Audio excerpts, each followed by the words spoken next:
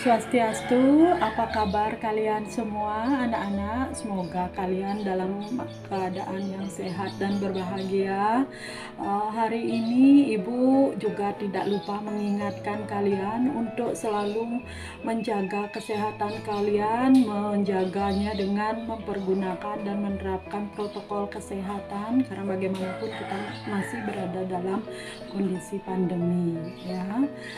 Hari ini Ibu akan menjelaskan tentang pasar, yaitu tujuan pembelajaran kita kali ini adalah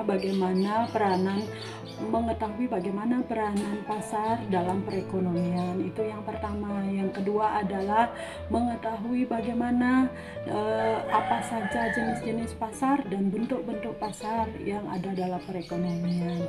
Oleh sebab itu, mari kita simak video berikut ini. Oke, kita mulai dengan pengertian pasar. Pasar adalah tempat bertemunya antara penjual dengan pembeli. Dari uraian itu, maka bisa disimpulkan bisa dikatakan pasar adalah suatu mekanisme yang mempertemukan pembeli atau konsumen dengan penjual atau produsen, sehingga keduanya dapat berinteraksi untuk melakukan pembentukan atau kesepakatan harga. Jadi, pertemuan permintaan dan penawaran tidak hanya bisa dilakukan di pasar yang merupakan tempat, tetapi saya tegaskan juga di luar pasar, yaitu melalui alat komunikasi yang sudah biasa kita sekarang lakukan. Misalnya dengan melakukannya lewat telepon, kemudian bisa juga lewat surat, sosial media, atau aplikasi-aplikasi yang banyak tersedia seperti Shopee, Lazada, Tokopedia, dan lain sebagainya. Fungsi pasar dalam kehidupan sehari-hari. Jadi pasar sangat berperanan penting dalam kehidupan sehari-hari. Fungsi pasar diantaranya yaitu untuk membentuk atau terjadinya pembentukan nilai harga. Pasar berfungsi untuk membentuk nilai harga karena pasar merupakan tempat bertemunya penjual dan pembeli yang kemudian saling menawar dan akhirnya membuat kesepakatan suatu harga. Jadi tidak bisa hanya dilakukan oleh penjual saja ataupun pembeli saja. Mereka akan bertemu dan ketika bertemu mereka bisa menentukan harga akibat adanya tawar-menawar. Yang kedua, karena adanya pendistribusian. Jadi manfaat atau fungsi pasar adalah mempermudah pendistribusian barang-barang yang diproduksi oleh produsen kepada konsumennya yang bisa dilakukan melalui pasar. Yang ketiga adalah promosi. Dengan adanya pasar, produsen lebih mudah bisa memperkenalkan produk-produk yang mereka hasilkan lebih cepat agar bisa diketahui dan dimanfaatkan kemudian dibeli oleh konsumen. Macam-macam pasar output, yaitu pasar menurut bentuknya. Ada dua, yaitu pasar persaingan sempurna dan pasar persaingan tidak sempurna. Pasar persaingan sempurna atau perfect competition adalah pasar persaingan, suatu bentuk interaksi antara permintaan penawaran yang ditandai oleh jumlah produsen dan konsumen sangat banyak dan hampir tidak terbatas, yaitu ciri-cirinya terdapat banyak sekali penjual, kemudian produk-produk yang diperjualbelikan bersifat homogen, bebas keluar masuk pasar. Penjual dan pembeli mengetahui kondisi pasar secara sempurna. Kemudian berikutnya faktor-faktor produksi bergerak bebas, dan terakhir tidak ada campur tangan pemerintah. Konsekuensi dari ciri-ciri pasar persaingan sempurna itu masing-masing penjual hanya berperan sebagai price taker. Kemudian kurva permintaan yang dihadapi oleh setiap penjual secara individual berbeda dengan kurva permintaan pasar. Produsen tidak terlalu bersaing atau sama satu dengan yang lainnya karena adanya homogenitas produk dan banyaknya produsen. Banyak barang yang ditawarkan oleh penjual akan laku berapapun jumlahnya tanpa mengalami penurunan harga. Kebaikan pasar persaingan sempurna diantaranya adalah pasar persaingan sempurna tidak tampak kegiatan saling menyaingi antara penjual dan pembeli. Antar penjual ya. Yang kedua, penjual tidak mungkin mengadakan persaingan harga dengan maksud merebut pasar karena harga pasar adalah suatu yang harus diterima oleh masing-masing produsen. Barang yang ditawarkan penjual akan laku berapapun jumlahnya tanpa mengalami penurunan harga. Tidak mungkin mengubah bentuk barang untuk merebut pasar karena adanya homogenitas barang. Informasi tentang pasar telah diketahui oleh saingan usaha dan usaha tidak menyaingi perusahaan lainnya juga tidak menghasilkan apa-apa karena jumlah saingan sangat tidak terbatas.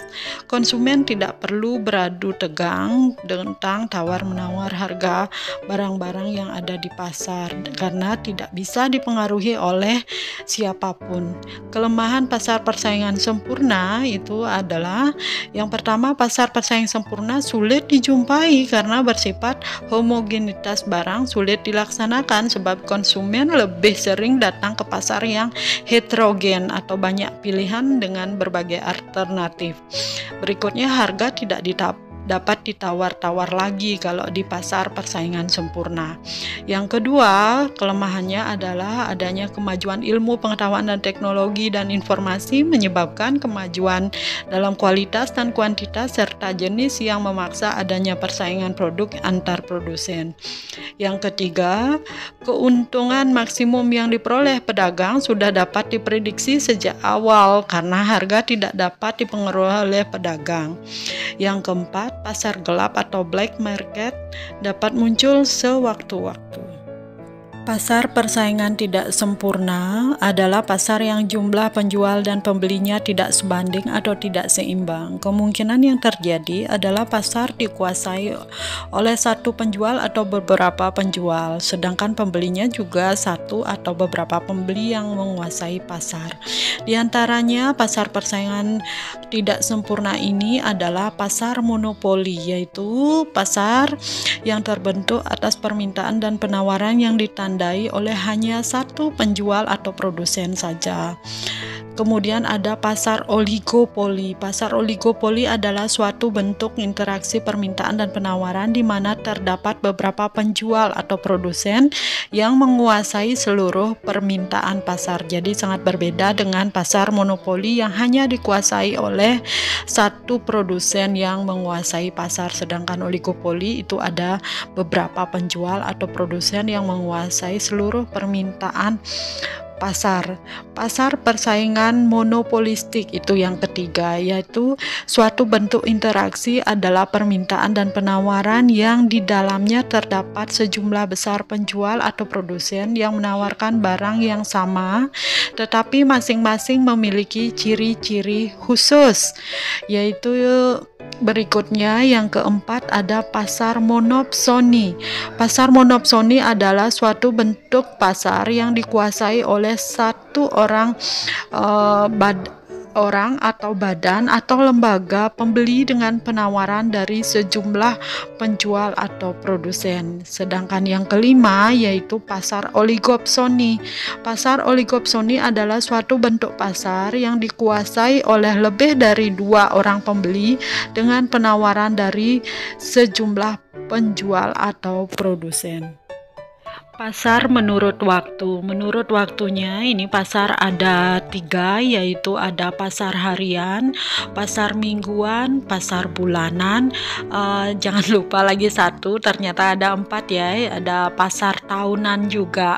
Kemudian kalau menurut waktunya ini, kalau pasar harian berarti pasar yang bertemunya penjual dan pembeli itu setiap hari gitu. Kalau pasar mingguan ya berdasarkan mingguan, setiap minggu dia baru bisa bertemu. Begitu pula dengan pasar bulanan, berarti setiap bulan. Sedangkan tahunan, pasar ini hanya bertemu setahun sekali, misalnya Pekan Raya Jakarta, atau kalau kita di Bali itu ada PKB ya, mungkin itu bisa dikategorikan pasar tahunan. Kalau kita pasar menurut jenisnya itu ada pasar konkret dan pasar abstrak. Artinya kalau pasar konkret adalah suatu transaksi penjual dan pembeli itu bertemu secara langsung, tatap muka, jual beli barang dan jasa.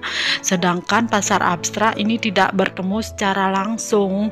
Artinya penjual dan pembeli tidak bisa bertatap muka secara langsung. Misalnya kalau pasar abstrak ini bisa digolongkan ke pasar bursa, misalnya yang perjualbelikan surat-surat berharga. Artinya penjual dan pembeli tidak bertemu langsung. Contoh lainnya misalnya pasar uang atau pasar modal. Sedangkan pasar menurut wilayah pemasarannya ini ada pasar lokal, yaitu pasar yang memperjualbelikan barang-barang untuk kebutuhan masyarakat sekitar.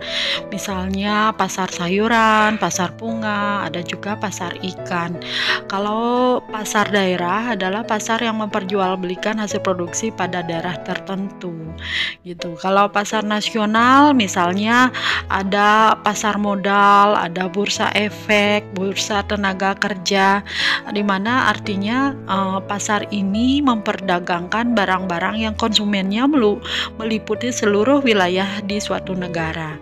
Sedangkan kalau pasar internasional ini meliputi memperdagangkan barang-barang yang konsumennya meliputi dunia internasional, misalnya pasar internasional karet di Singapura, ada Wall di Sydney, ada juga pasar kopi di Santos, Brasil ya. Berikutnya adalah macam-macam pasar input. Di antaranya pasar input ini adalah merupakan pasar yang memperjualbelikan faktor-faktor produksi, diantaranya sumber daya alam, sumber daya manusia, modal, dan skill. Contohnya adalah pasar tanah, kemudian pasar tenaga kerja, pasar modal. Jadi dapat disimpulkan bahwa pasar adalah tempat bertemunya penjual dan pembeli. Lebih rinci lagi, menurut ilmu ekonomi, pasar adalah proses bertemunya permintaan dan penawaran untuk suatu barang atau jasa yang diperjualbelikan. Yang kedua, pasar memiliki beberapa fungsi dan bentuk. Selain itu, pasar juga dapat digolongkan menurut waktu, jenis, dan wilayah pemasarannya. Yang ketiga, selain untuk output barang dan jasa, terdapat pula pasar input untuk pasar faktor-faktor produksi seperti sumber daya alam, sumber daya manusia, dan modal.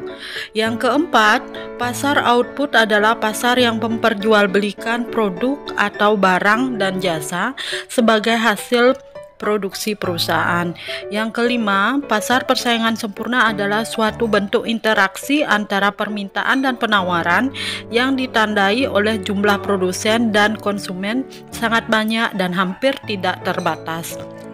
Yang keenam, pasar persaingan tidak sempurna adalah pasar yang jumlah penjual dan pembeli tidak sebanding atau tidak seimbang. Yang ketujuh, monopoli adalah suatu bentuk interaksi antara permintaan dan penawaran yang ditandai hanya ada satu penjual atau produsen di pasar berhadapan dengan permintaan seluruh pembeli atau konsumen. Dan yang terakhir, tugas BPPM adalah memberikan pertimbangan-pertimbangan kepada Menteri Keuangan dalam menentukan kebijakan-kebijakan yang berkaitan dengan pasar modal. Demikian video pembelajaran Ibu hari ini. Semoga video ini bermanfaat untuk kalian, bisa membantu kalian belajar dengan baik di rumah ya. Jangan lupa untuk selalu menjaga kesehatan, gunakan protokol kesehatan selalu, karena bagaimanapun kesehatan adalah hal yang paling utama. Terima kasih, sampai jumpa di video pembelajaran berikutnya. Om Santi Santi Santi Om.